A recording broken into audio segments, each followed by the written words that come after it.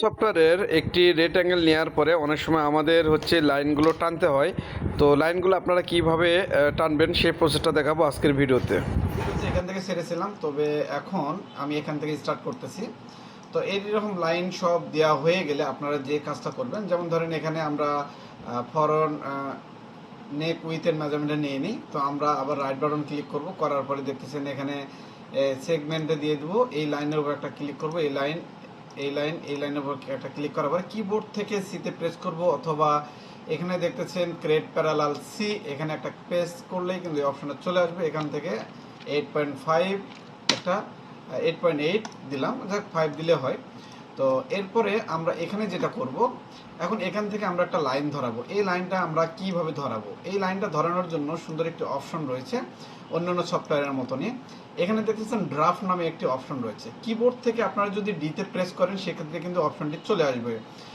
তো এখান থেকে এই ডিটা ড্রাফট লেখা আছে, এখানে ডিতে প্রেস করার পরে ঠিক এখান থেকে আমরা ওকেতে দিব, আবার ইয়েসে দিলাম, দিলে এখানে এনে রাইট বাটন এখানে যদি প্রেস করি তাহলে এটা চলে যাবে।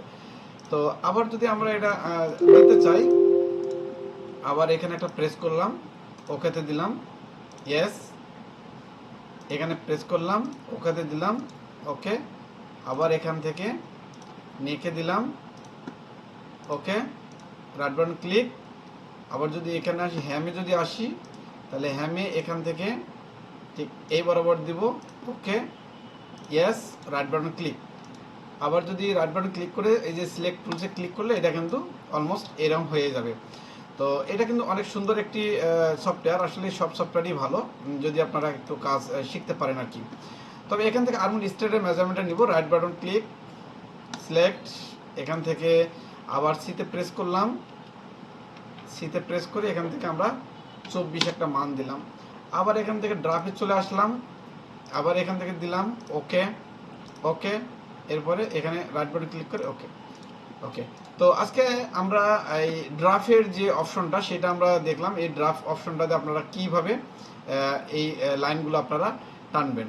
সো ভিডিওটি যদি ভালো লেগে থাকে তাহলে অবশ্যই আপনার বন্ধু বান্ধবের মাঝে শেয়ার করে দিবেন, যাতে যেন তারাও এই ভিডিওগুলো দেখে অনেক উপকৃত হতে পারে, যাতে তারা অনেক কিছু শিখতে পারে।